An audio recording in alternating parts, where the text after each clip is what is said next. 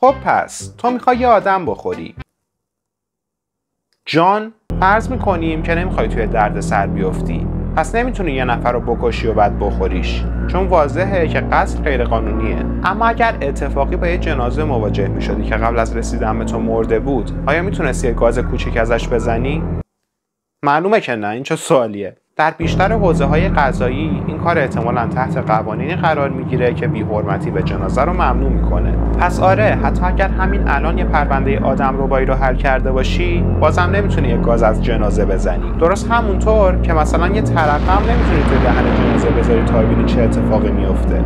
اما این به این معنا نیست که خوردن گوشت انسان به طور کامل خارج از محدوده قانونیه. فقط یه سری موانع کوچیک وجود داره. پس همونطور که بهتون قول داده بودم، در قسمت دوم از سری ویدیوهای آدمخواری با من همراه باشین تا ببینیم چطوری میشه این کار انجام داد. به سیرک آپولو خیلی خوش اومدین.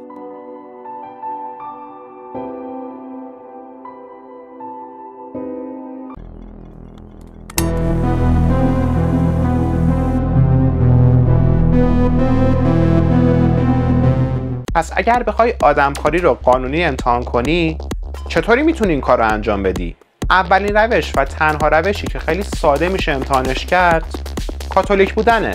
وقتی کاتولیک‌ها به مراسم عشای ربانی میرن، عشای مقدس دریافت میکنن که شامل شراب و یه قرص نون هستش که به واسطه نیروی مقدس این نون و شراب تبدیل به بدن و خون عیسی مسیح میشن و بعد خورده میشن. البته خب متاسفانه این تبدیل شدن نون و شراب به بدن و خون بیشتر یه دگرگونی معنویه و حتی درباره اینکه این تبدیل واقعا رخ میده یا نه بحث‌های جنجالی زیادی بوده و دعواهای حسابی کردن در این رابطه. پس در حالی که کاتولیک بودن عموما قانونی محسوب میشه، این آدمخواری که اینجا تجربه میکنی بیشتر نمادینه تا واقعی. اما اگر واقعا به دنبال چیزی هستی که شامل یه بخش از بدن انسان بشه ولی هنوز آمادگی کامل برای ورود به دنیای آدمخواری رو نداری، میتونی کوکتل سایرتو رو امتحان کنی. کوکتل سایرتو یه سنت در داوسن سیتی در منطقه یوکان کاناداست. تو یه شات ویسکی سفارش میدی، اونا یه انگشت پای خشک شده انسان رو توش میندازن و بعد قسم سایرتو رو میخونی. میتونی تند بخوریش، میتونی آروم بخوریش، اما لبات باید اون انگشت پای گنده رو لمس کنن. برای بیشتر مردم فکر میکنم همین کافی باشه. اما اگر بخوای کامل بری تو خط آدمخواری و اون انگشت پا رو قورت بدی، خب نمیتونی. چرا؟ چون بارهایی که این کوکتل رو سرو میکنن اصولا یه انبار پر از انگشت پای آدم ندارن. اونا این انگشتا رو از راه اهدا دریافت میکنن و معمولا در هر زمان فقط یکی دوتا دارن که مجبورن برای کوکتل بارها و بارها ازش استفاده کنن. پس اگه بخوای اون انگشت پا رو ازشون بگیری یا مثلا قورتش بدی، اصلا خوشحال نمیشن. به مشتریا هشدار داده میشه که اون انگشت رو توی دهنشون نذارن وگرنه با جریمه سنگین مواجه میشن. و اگر اونقدر ثبات مالی داشته باشی که اون جریمه تکونت نده، لطفاً اینم در نظر بگیر که قورت دادن اون انگشت پا در واقع یعنی گرفتن یکی از روش‌های درآمدزایی ازشون. حالا فکر کن ببین اون صاحبای بار قراره چه واکنشی نشون بدن. پس شاید با کوکتل سایرتو نتونی لذت آدمخواری رو تجربه کنی، اما وجود همین نوشیدنی یه سری سوال جالب رو مطرح میکنه. اگه اون انگشتا اهدا شده باشن و خوردن اونها غیر قانونی نباشه، آیا یعنی میتونی آدمخواری کنی؟ تا وقتی که چیزی که میخوری با رضایت صاحب اصلیش تهیه شده باشه. آرمین مایوز که به آدمخوار روتنبرگ هم معروفه، مردی 40 ساله از آلمان بود. ایشون در سال 2001 به خاطر انجام آدمخواری با رضایت طرف مقابل تیتر خبرهای بین‌المللی شد. مایوز یه آگهی توی اینترنت گذاشت و دنبال کسی میگشت که حاضر بشه کشته بشه و خورده بشه. اون خیلی صریح گفت که چی میخواد و فقط به دنبال داوطلبای مشتاق بود. نمیخواست که با زور یا فریب کسی رو وادار به این کار کنه، بلکه میخواست کسی رو پیدا کنه که کاملا بفهمه چه اتفاقاتی قراره بیفته و هیچ مشکلی با خورده شدن نداشته باشه. برت برندس، مردی 43 ساله، این درخواست رو پذیرفت و در خونه مایوز با اون ملاقات کرد. جایی که این دو نفر کل روند رو در قالب یه فیلم 4 ساعته ضبط کردن. اول مایوز تیکه‌ای از بدن برندس رو برید و هر دو سعی کردن اونو بخورن. نمیتونم بگم کجاش بود، ولی حدس میزنم فهمیدید دارم راجع به چی صحبت میکنم. بعد از این برندس به خاطر از دست دادن خون بیهوش شد. مایوز اونو کشت. بدنش رو تیکه تیکه کرد، تیکه ها رو توی فریزر گذاشت و طی 2 ماه آینده اونا رو خورد. ماجرا زمانی فاش شد که یه نفر آگهی اینترنتی اون رو به پلیس گزارش داد. در جریان دادگاهش توجه زیادی به این مسئله شد که برندس به این اعمال رضایت داده بود و حتی اون مدرک ویدئویی 4 ساعته از این رضایت هم وجود داشت. با این حال قانون قتل رو چیزی که بشه براش رضایت گرفت در نظر نمیگیره و مایوز به جرم قتل و برهم زدن آرامش مردگان محکوم شد و حبس ابد گرفت، جایی که ابراز پشیمونی کرد و در حال حاضر گیاهخواره. جالب اینجاست که مایوز به جرم قتل محکوم شد، چون این به این معناست که اگر برندس بدون دخالت مایوز میمرد شاید نتیجه پرونده جور دیگه ای رقم میخورد، چرا که برهم زدن آرامش مرده ها حداکثر 3 سال زندان داره. در واقع خود عمل آدمخواری از نظر فنی در آلمان قانونا ممنوع نیست، چون که هیچ قانون مشخصی برای منعش وجود نداره. البته ممکنه ذیل جرم بی‌حرمتی به جسد یا برهم زدن آرامش مرده ها قرار بگیره، درست مثل این پرونده. اما اگر رضایت وجود داشته باشه آیا واقعا میشه اسمش رو بی‌حرمتی گذاشت؟ آلمان در این زمینه تنها نیست. هم بریتانیا و هم ایالات متحده هم به طور صریح آدمخواری رو ممنوع نکردن، به جز ایالت آیداهو. آیداهو تنها ایالت در آمریکاست که آدمخواری رو ممنوع کرده. پس اگه رضایت داری، کسی رو نمیکشی و در آیداهو هم نیستی، آیا آدمخواری قانونیه؟ بله، قطعاً. وقتی یه زن زایمان میکنه، جفتم همراه با نوزاد از بدن خارج میشه. بیشتر بیمارستان ها این جفت رو دور میریزن، اما ممکنه بهت اجازه بدن اون جفت رو برداری، بعد میتونی ببریش خونه، بپزیش و بعد بخوریش. این عمل جفتخواری نام داره و اصلاً هم غیر معمول نیست و میتونی این کار رو با هر چیزی که به صورت جراحی از بدنت برداشته میشه انجام بدی. فقط باید از بیمارستان بپرسی که آیا میتونی اونو برداری یا نه و هیچ قانونی جلوی خوردنش رو نمیگیره و یه نفر دیگه هم میتونه اونو قانونا بخوره، البته به شرط اینکه رضایت وجود داشته باشه. یعنی طرف بدون اجازه پای قطع شده تو رو نخورده باشه و تو هم بدون اجازه اونو توی غذاش نریخته باشی. البته این فقط در جاهایی صدق میکنه که خود عمل آدمخواری به طور کامل ممنوع نباشه و البته بیمارستان ممکنه به احتمال زیاد به دلایل مربوط به بهداشت و ایمنی اجازه نده چیزی رو که از بدنت برداشته پیش خودت نگه داری. البته همیشه اینطور نیست. در سال 1988 مردی لوزه‌هاشو عمل جراحی کرد و اجازه گرفت که اونا رو در یه شیشه حاوی مایع نگهدارنده اجساد پیش خودش نگه داره. اون بلافاصله با دوستش ری گیبسن، هنرمند کانادایی، تماس گرفت و اصرار کرد که لوزه‌هاشو در یه اثر هنری به کار ببره. در اون زمان گیبسن در بریتانیا زندگی می‌کرد و تصمیم گرفت که اونا رو در یه اجرای هنری به کار ببره. اون با لوزه‌ها نوعی پیش‌غذا درست کرد و یکی از اونا رو جلوی مردم خورد. پلیس هیچ کاری نمیتونست انجام بده. دستور تهیه اون پیش‌غذا هنوزم توی وبسایتش پیدا میشه. اون یک بارم در کانادا حقه‌ای مشابه و با بیضه انسانی امتحان کرد. در اتفاقی که احتمالاً برای اولین بار در تاریخ پلیس کانادا اتفاق میافتاد، پلیس بیضه رو ضبط کرد و گیبسن به جرم نمایش عمومی شیء چندشاور به صحنه مستجن متهم شد. با این حال در بررسی‌های پزشکی قانونی پلیس نتونست تشخیص بده که آیا این بیضه ها متعلق به انسان بوده یا حیوان دیگه‌ای. بنابراین مجبور شدن اتهامو پس بگیرن،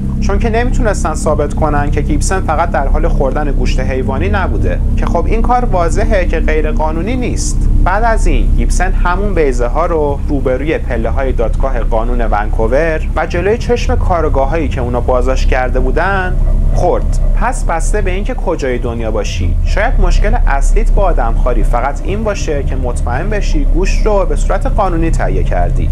راه دیگه ای که برای آدمخواری قانونی وجود داره، گوشتیه که از سلول‌های عضله انسان در محیط آزمایشگاهی کش داده شده. نه کسی کشته شده، نه کسی رنج دیده و نه خطر بیماری وجود داره. گوشت انسانی رشد پیدا کرده در آزمایشگاه چیز جدیدی نیستش. دانشمندا دهه‌هاست که در آزمایشگاه‌ها پوست انسانی رشد میدن برای درمان سوختگی‌های شدید. و فقط اینم نیست. مثلا در سال 2018 دانشمندا بافت زنده عضله انسانی رو پرورش دادن که توانایی انقباض و واکنش پذیری درست مثل عضلات واقعی رو داشت. یا مثلا در سال 2019 یه قلب کوچیک انسانی درست کردن. اما برگردیم به موضوع خودمون. این کار عمدتاً به خاطر غذا انجام نمیشه، چون خیلی گرونه. انجام این کار سخته و واقعا تقاضایی هم براش وجود نداره. اما اگر پول زیادی داشته باشین مطمئنا شدنیه. در واقع متاسفانه وقتی پول زیادی دارین قانونم به درستی کار نمیکنه. اما بیاین فرض کنیم در موقعیتی قرار بگیری که مجبور به آدمخواری باشی، نه اینکه واقعا بخوای این کارو بکنی. آیا بازم به دردسر میافتی؟ در سال 1972 پرواز شماره 571 نیروی هوایی اوروگوئه با 45 مسافر و خدمه سقوط کرد و در رشته کوههای آند فرود اومد. این هواپیما یه تیم راگبی به همراه دوستا و خانواده هاشون رو برای یه مسابقه حمل میکرد. تعدادی از اونها از حادثه سقوط جون سالم به در بردن، اما شرایط در کوهستان خیلی سخت بود و تعدادی از اونها در روزهای بعدی جونشون رو از دست دادن. در نهایت کسایی که باقی مونده بودن تنها یه راه برای زنده موندن داشتن، یعنی باید از بقایای بدن دوستای مرده‌شون تغذیه میکردن. البته خب مشخصا کسی تمایلی به این کار نداشت، اما اگر نمی‌کردن می‌مردن. اونا مسیحی کاتولیک بودن و در نهایت بعضیاشون تونستن دیگران رو قانع کنن با این استدلال که این کار مثل عشای ربانی میمونه. شما بدن و خون مسیح رو به خاطر طعمش نمیخورین، بلکه به خاطر نجات پیدا کردن این کارو میکنین. 16 نفر از این حادثه 2.5 ماه جون سالم به در بردن و همه اونها به آدمخواری رو آورده بودن. هیچ پیامد قانونی هم در کار نبود. البته باید تاکید کنم که قتل استثناست و حتی در همچین شرایطی هم غیر قانونی محسوب میشه. در سال 1884 4 بریتانیایی بعد از آسیب دیدن قایق تفریحیشون با یک قایق نجات در دریا سرگردون شدن. بعد از چند روز همه از گرسنگی به سطوح اومده بودن و بینشون یه پسر 17 ساله بود که به خاطر نوشیدن آب دریا به شدت بیمار شده بود و اونا اینطوری فکر می‌کردن که در حال مرگه.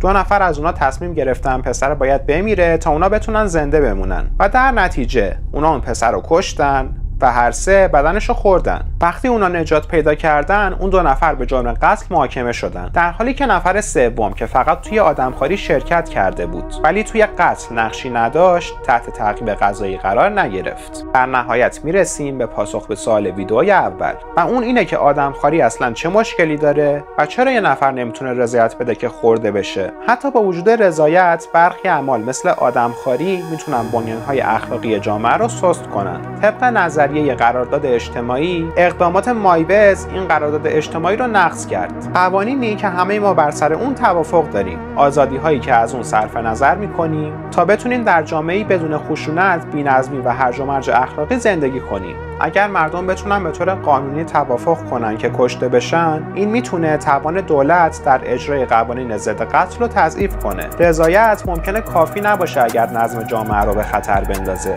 وقتی به قرارداد اجتماعی فکر میکنیم، فقط به نیاز قانونی برای کنار هم نگه داشتن جامعه فکر نمی‌کنیم. به اینم فکر می‌کنیم که جامعه یا موجودات تکامل یافته بودن برای ما انسان‌ها چه معنایی داره. این یه سازوکار برای بقاست. ما برای امن موندن، غذا داشتن، آموزش دیدن و انسان موندن به جامعه کارآمد نیاز داریم. بدون قوانین و ساختارهای مشخص و بدون حدی از آداب و احترام به هم نوعمون اوضاع از هم فرو میپاشه. برداشت ما از آدمخواری به نظر میاد در معرض برداشت ما از انسانیت قرار داره. در فیلم‌ها و ادبیات آدمخواری معمولاً به عنوان نقطه سقوط نهایی به جهنمی ویران شهری تصویر میشه. جایی که دیگه برای همدیگه ارزشی قائل نیستیم و فقط به خودمون فکر میکنیم. انجام آدمخواری شما رو به چیزی تبدیل میکنه که دیگه کاملا انسان نیست. شما بربر و غیر متمدن میشین و فکر میکنم این موضوع شاید ربطی به مراسم تدفین داشته باشه. انسان ها مدت هاست که خودشون رو با نحوه برخورد با مرده هاشون با حیوانات متمایز کردن. دفن مرده ها یکی از قدیمی ترین نشونه های فرهنگ انسانی از دید باستانشناسا به حساب میاد که دست کم به 100,000 سال پیش برمیگرده.